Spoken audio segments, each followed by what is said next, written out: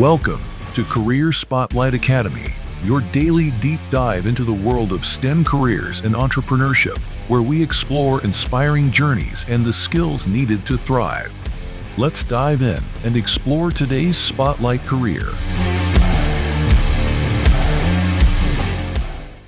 Ever fantasize about ditching the 9-to-5? Telling your boss, see ya, and becoming your own boss.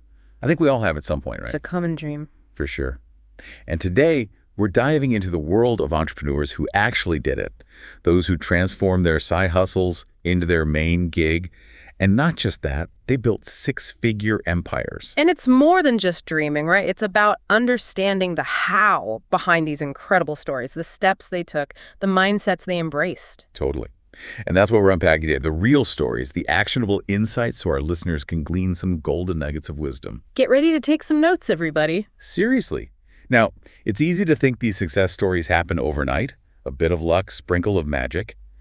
But the truth is, more often than not, they start small. They start with a side hustle. A side hustle is like that testing ground, a way to dip your toes into the entrepreneurial waters without the pressure of relying on it for your livelihood just yet. Exactly. And today, we're getting up close and personal with three entrepreneurs who prove that slow and steady wins the race. Nick Loper, Danielle Greason, and Chris Gielbo. Three very different journeys, three very different businesses. But one common thread, they all started small, and they all used their side hustles as a launching pad. So let's break down why that approach, that start small mentality, is often smarter than going all in from day one.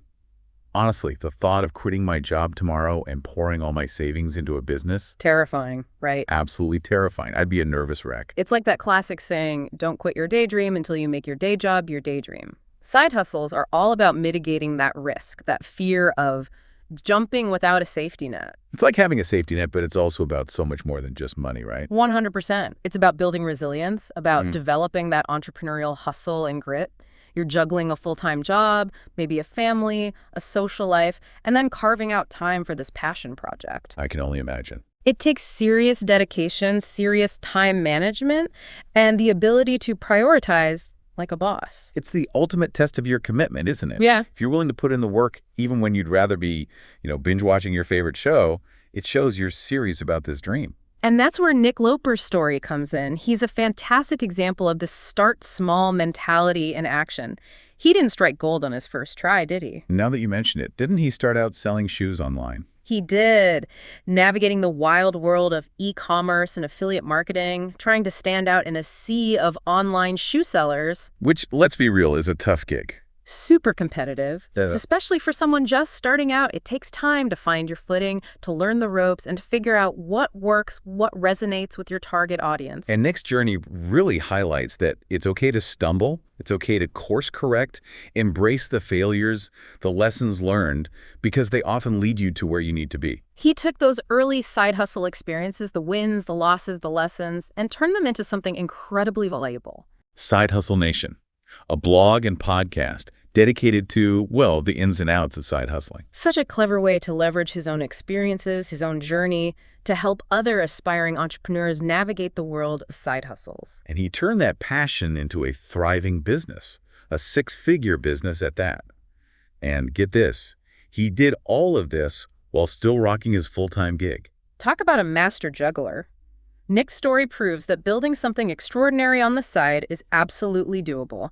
It's about proving to yourself, not to anyone else, just to you, that your idea has legs, that you can turn this passion into profit. It's about that slow and steady build, right? Building that foundation, that income stream, until you're ready to take that leap of faith. Exactly. It's not about immediately ditching the day job. It's about creating that safety net, that runway, so you can eventually soar. It's about giving yourself the best possible chance of success. Okay, so we've got this side hustle, we're passionate, we're putting in the work, but we also have this whole day job thing still going on. It's the ultimate balancing act, right? Seriously. So how did these side hustle heroes we're talking about actually make it work? I'm dying to know their time management secrets.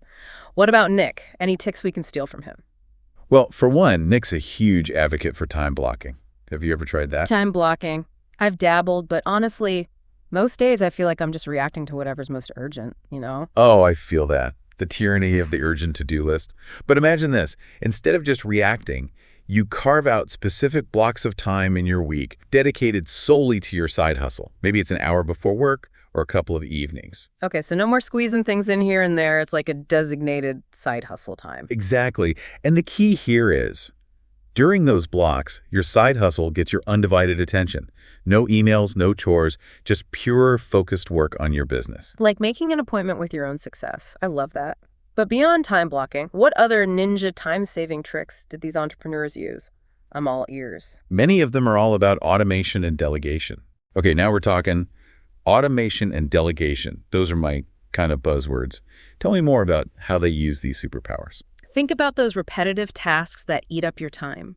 Things like scheduling social media posts, sending out email newsletters, maybe even some customer service stuff. There are tools out there that can automate a lot of that for you. Working smarter, not harder. Precisely. Freeing up your time and mental energy to focus on the big picture stuff, the stuff that really moves the needle forward. So true. And delegation, that's something I personally struggle with. I'm such a control freak, but I know it's important. It's tough, especially when you're first starting and every dollar counts. But honestly, even outsourcing small tasks to a virtual assistant for a few hours a week can be a game changer. I know. It's just hard to let go of control sometimes. But you're right, if it frees me up to focus on what I do best, it's worth it. Okay, so we've talked about time blocking, automation, delegation. But here's a thought. What if we could actually use our day jobs to our advantage? Now, that's an interesting way to look at it. Most people see their day job as the thing they're trying to escape, not leverage. Right. But seriously, how can we reframe our thinking and see our 9-to-5s as the stepping stone rather than a roadblock? Well, for starters, your day job provides that financial stability while you're building your side hustle. You can experiment, you can take risks, you don't have to pressure yourself to make $1 million overnight. It takes the pressure off, for sure. And here's another big one. Your day job can be an amazing source of networking opportunities. Ooh, good point. I hadn't even thought about that. You're interacting with people in your industry every single day, potential clients, collaborators, mentors, you name it. You never know where a casual conversation might lead. It's about keeping an open mind, right? Always be on the lookout for connections, even in unexpected places. Exactly. And speaking of creating your own opportunities, that brings us to Danielle Greason. She's a perfect example of how a side hustle can lead to a location-independent lifestyle. Talk about a dream. Okay, Danielle's story is seriously inspiring. She basically said, see ya to the traditional career path and created a business that allows her to work from anywhere in the world. How did she even get started? So picture this. Danielle and her family make a big move to Costa Rica. Wow, what a change. Right. And she needed an income stream that would allow her to embrace this new adventure. So she turned to freelancing. She's a social media marketing whiz, right? So she took those skills online. Exactly. She started offering her services remotely, helping businesses rock their social media game from afar. But here's the thing. Danielle's super entrepreneurial. She saw a need in the market, an opportunity to help others who are craving that same freedom and flexibility. And that's how Freelance to Freedom was born. You got it. She created this amazing course teaching people how to build a successful freelance career from the ground up, finding clients, managing time, setting rates, you name it. Talk about turning your own experiences into gold. That's incredible. And she built this thriving business all while living abroad and raising a family. Danielle's story really highlights the importance of flexibility and adaptability, especially in today's ever-changing world. It's so empowering. Okay, so we've talked about the why behind side hustles, the importance of time management and leveraging those connections. But now, the million-dollar question for all the aspiring entrepreneurs out there: how do you find that sweet spot, that niche, where your passions and skills actually align with what the market wants and is willing to pay for? Yes, the million-dollar question. And it's one I hear all the time from aspiring entrepreneurs. I can feel overwhelming, right? Like, where do I even begin? It starts with a little self-reflection. Ooh, I love a good self-reflection session. Me too. It's about getting real with yourself, asking those tough but important questions. Like what? Give me an example. Okay, so think about it this way. What are you naturally drawn to? What do you find yourself doing in your free time, even if it's not directly related to your day job? Okay, I like that, following your curiosity. Exactly. And on the flip side, what are people always asking for your help with? What do friends, family, even acquaintances see as your superpower? So it's about identifying those things we excel at, even if they don't feel like official skills. I like that. It's about recognizing your own zone of genius, that sweet spot where your passions and talents intersect. And once we've brainstormed those potential niches, then what? Then it's time for a little market research. Okay, so we're putting on our detective hats. Exactly. We need to figure out if there's a real demand for this amazing thing we're passionate about. Because passion is great, but it needs to translate into something people are willing to open their wallets for. 100%. So we got to ask ourselves, are there already businesses catering to this need? If so, how can we differentiate ourselves? What unique value can we bring to the table? It's about finding that gap in the market, that space where we can truly shine. I love it. Okay, so we found our niche. We're feeling good. What's next? Do we just dive in head first? Not so fast. Remember those side hustle heroes we were talking about? They all started small, tested the waters before going all in. Smart. So how do we test the waters, so to speak? Think of it like an experiment. Offer your services or products to friends, family, even your local community. A test audience. Exactly. Get feedback, refine your approach, and see if there's a real need, a real desire for what you're offering. It's about validating that idea before we go full steam ahead. Precisely. Let's take a moment to hear from our sponsor. Stay with us. You won't want to miss what comes next. This episode is brought to you by Career Spotlight Academy. Discover inspiring career paths, gain mentorship, and explore the tools you need to succeed. Visit us at www.careerspotlight.academy for more details and to start your journey today. And now, let's dive back in. We're back. We're back. And speaking of taking action, let's talk about Chris Guillebeau. He built his entire philosophy around the idea that you don't need a small fortune to launch a successful venture. Which is so refreshing, especially in a world where it seems like everyone's obsessed with venture capital and massive funding rounds. Right. Chris is a firm believer in the power of action over endless planning. His book, The $100 Startup, showcases entrepreneurs who launched businesses with minimal investment. Super inspiring. It really is. It kind of removes that mental barrier a lot of us have, thinking we need tons of money or a fancy business plan to even get started. Those things can be helpful down the road for sure. But Chris's message is this: don't let them be the thing that holds you back from taking that first step. Start with what you have, right? Yeah. Whether it's $100 or just a whole lot of hustle and an idea you believe in. You got it. He encourages aspiring entrepreneurs to focus on creating value, even in the smallest of ways, and build momentum from there. And you know what's even cooler? He walks the talk. Oh, I love that. Tell me more. So before Chris became a full-time author and speaker, he started multiple side hustles himself.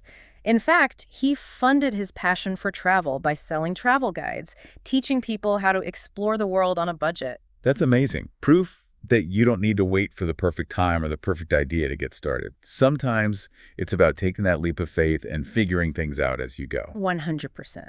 Okay, so let's say our listeners have found their niche, they're gaining traction, they're putting in the work, but that big question still looms. How do they know when it's time to ditch the day job and go all in on their side hustle? It's the dream, right? Turning your passion project into your primary source of income. But as exciting as that is, it's a decision that shouldn't be taken lightly. So how do we approach it strategically? What factors should we be considering? Well, first and foremost, financial stability. Before you even think about saying goodbye to that steady paycheck, make sure you have a solid financial cushion saved up. Okay, that makes sense. Yeah. But how much of a cushion are we talking about? Ideally, you want enough to cover your living expenses for at least 6 to 12 months. Wow, okay, that's a good chunk of change. It is, but it gives you that breathing room to really focus on growing your business without the added pressure of having to replace your full-time income overnight. Like that safety net, that runway we were talking about earlier. Exactly. And while you're building that financial cushion, start thinking about optimizing your operations. How can you make your business more efficient, more scalable? Streamlining processes, making sure everything's running smoothly. What are some practical steps we can take? This is where those automation and delegation techniques come in handy. Look for ways to streamline repetitive tasks. And don't be afraid to outsource tasks that are outside your zone of genius. It's about focusing on what only you can do, right? The big picture stuff, the visionary tasks. Exactly. And here's another pro tip. Don't put all your eggs in one basket. As your side hustle grows, think about diversifying your income streams.